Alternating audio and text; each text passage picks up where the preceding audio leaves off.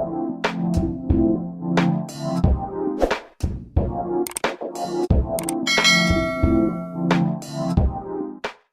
everyone, this is D, Movieman, fellow cinephile, popcorn addict, and emerging film critic, coming to you with reliable recaps, reviews, and reactions. And yes, since 2024 is drawing to a close, I figured it was time to discuss my most disappointing films of 2024. Now, if I really wanted to go down my entire list, like full list, we'd be here all day. So we're just going to keep it to my top 10 list. But yeah, 2024 was a lot. And I'm hard pressed to describe it as a great year in cinema because I don't think that, even though I found some really solid picks in the end, and I'm very grateful for that. But yeah, just the films that I saw this year just were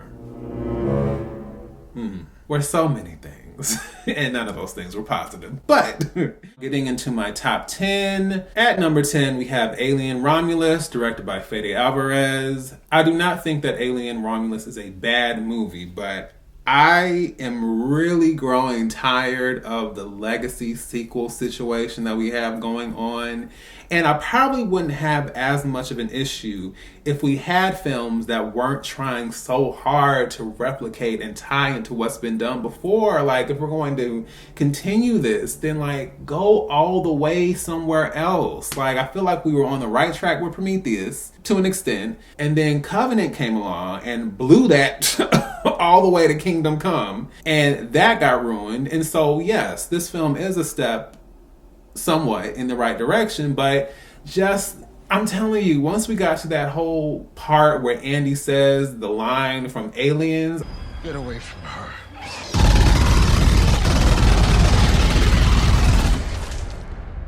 You bitch." like, stop.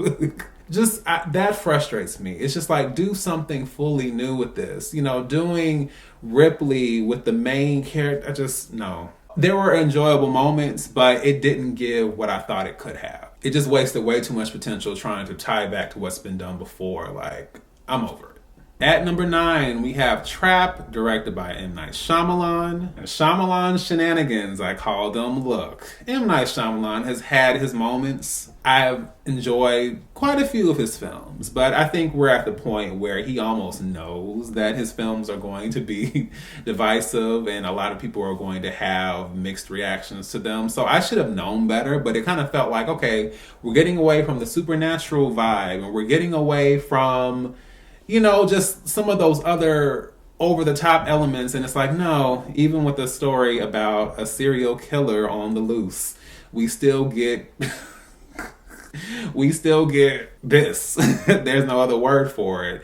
And again, I understand nepotism goes a long way, but if you want to promote your daughter's music, by all means do that. But trying to push her as an actress, given what I had to be subjected to in the third act, absolutely not. I'm gonna talk to your dad for a second. BRB. Rachel, listen to me. Your husband is the butcher. Cooper is the butcher. Absolutely not. At number 8, we have Skincare, directed by Austin Peters. I already knew this wasn't going to go well once I was personally hoping this was going to be another film, given that this was an AMC Screen Unseen, and it ended up being this. And that's fine. I think the concept and the idea of what this could have been was great, and it is based on a true story. And as someone who enjoys Elizabeth Banks, I feel like she's the only somewhat enjoyable aspect of this, but the screenplay, the supporting cast, like, it gives nothing. I was entirely frustrated and annoyed by this film, even more so because this is a film I had the chance to see in New York. I really thought the theater itself was cool. And so ultimately, it felt like a wasted experience. I mean, I'm still glad to have been there, but this film did nothing. Waste of potential, waste of a lot of things. At number 7, we have The Ministry of Ungentlemanly Warfare, directed by Guy Ritchie. Guy Ritchie's another one where it's like, he's had some solid stuff here and there, but a lot of his stuff are just straight up busts. And I was very frustrated with this because this is another Screen Unseen. And I was like, oh yeah, this is going to be good. I'm like, the cast is great. And We have this, period piece vibe. We have this Inglourious Bastards vibe. We're going to really tell this really interesting story, throw in some action sequences, some, a little bit of blood and violence here and there. And it was an absolute snooze fest for me. It just was so generic. It was so bland. And I was so annoyed by this. And I just feel like, given how prolific and significant the actual real life story is, especially the people that this was somewhat based on, I just felt like in the end this did nothing to really honor them and just gave me more reasons to be frustrated than anything. At number 6, we have The Deliverance, directed by Lee Daniels. Again, another director where you should know what you're getting, but you still try to be hopeful. The Deliverance had an opportunity to tell, again, a real life story involving horror and involving possession and, also involving black horror. That is a genre that I want to see, obviously, more black representation in. But this...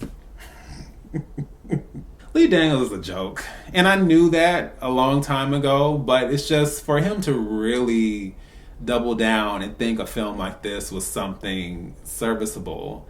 And then to think, as I also mentioned in my small little video discussing Glenn Close, who I absolutely love as an actress, but incorporating her, having her character say the thing that she says, his explanation for it, I'm just like, ugh. Where is Damon Dash when you need him? Like, clearly Lee Daniels needs somebody else to run up on him, because this was an absolute joke.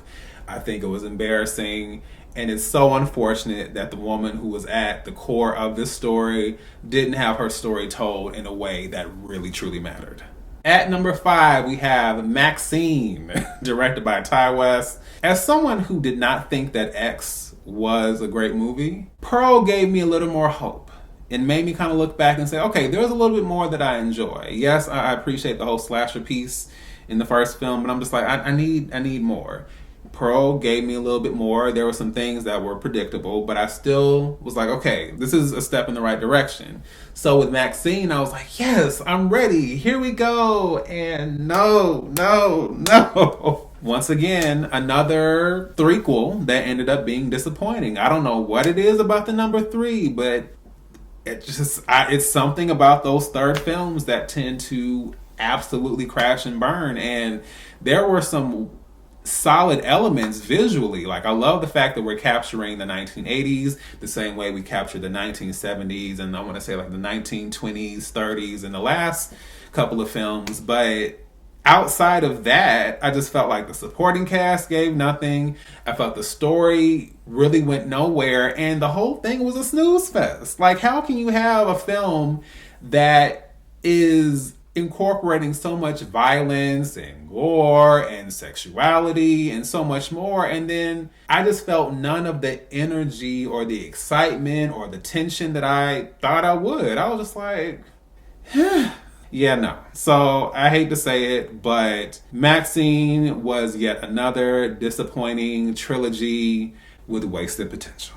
And I really hate that for it. I really do. At number 4, we have Joker, Fully Ado, directed by Todd Phillips. I'm not giving this any more of my time. You can check out the out-of-theater reaction and the full review that I did on it. You're not going to urinate anywhere near me and try to tell me it's raining, okay? You're not gonna with me and expect me to roll up the mother.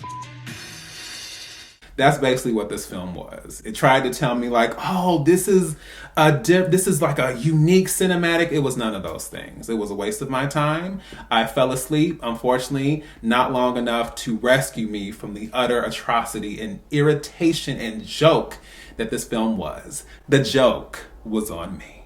At number 3, we have The American Society of Magical Negroes, directed by Kobe LeBee. I don't know why this film exists, and I just think it's so offensive that the director really thought that this is a film that needed to exist in 2024. I was willing to go along with it to see if the satire might have something to say, but you know what? I, as a black person myself, and I can speak for a good amount of my community when I say that none of us, a good amount of us at least, there might be some, but a good amount of us, this doesn't speak to us. Okay, our lives being dedicated and having to subvert, and redirect our lives in the service of white people as magical black people. This film, along with I Saw the TV Glow, confirmed that Justice Smith just ain't the actor for me. I'm tired. I can't take much more. His whole shtick, his whole vibe, I'm sick of it. Is tired and annoying, and it's just not appealing to me in any way. And this film overall is a joke. It's a film that should have never been created in the first place, should have never been written down as a concept. Maybe as a sketch, I can see that possibly. But as an actual film, full fleshed out film in 2024, absolutely not. I think Kobe LaBee should be embarrassed. But in order to be embarrassed, it would have meant that he would have never thought to make this in the first place. So that's not really saying much. At number 2, we had The Front Room, directed by the Eggers brothers. It has to be pretty embarrassing having your older, more successful brother come out with a film like Nosferatu, and then you make your debut with a film like this. Poor Brandy. She deserves so much better, and she didn't get it. The horrors of incontinence. I don't know what else I was supposed to get from this film other than that, but it was gross, it was disgusting, it was pointless, it was obnoxious, it was a complete waste of my time, gas, and money. Go away! And at number 1, similar to my list of favorite films for the year, this is one that I knew was going to remain number 1. And I'm still not shocked that it has landed where it has on this list. That is none other than Furiosa, directed by George Miller. I thought this was an absolute disappointment. I already knew as soon as I saw young Furiosa and that wig and that horrible CGI green screen of the green place, I was like, this isn't going to go well. I mean, there are some elements of what I enjoyed about Mad Max Fury Road there to an extent, but so much of it just felt, again, like a retread. Like we're just trying to bring back that experience, and it did nothing for me. I did not enjoy it. I did enjoy Chris Hemsworth. I appreciate what he was trying to do here, but I thought that Anya Taylor-Joy was miscast, and I think the film as a whole was just a misfire. I just think as a 9-year follow-up, this is the best y'all can come up with. Yikes. So that wraps up my most disappointing films of 2024. There are so many other films I could have mentioned as well, but these are just ones that personally just hit the disappointment, frustration, intense emotion meter. I'm just like, how dare you? How dare you waste my time? Money and gas. Like, it's just like, and it's not even about that. It's more so about the time. My brain and my memory has to accept the foolery that has been presented in front of me, and I have to take that with me after the movie is over. So that's the suckiest part. It's just like, oh no, I have been polluted.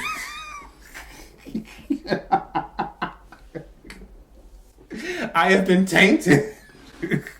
These films, as well as several others, definitely almost sunk 2024 completely for me. But in the end, I did manage to have more positives than negatives. But yeah, all these films, throw it in the trash. Basura! And as always, please feel free to drop down below and leave me your thoughts on this ranking and some of your disappointing films as well. So, once again, this is D, Movieman, signing off, and I'll see you at the movies.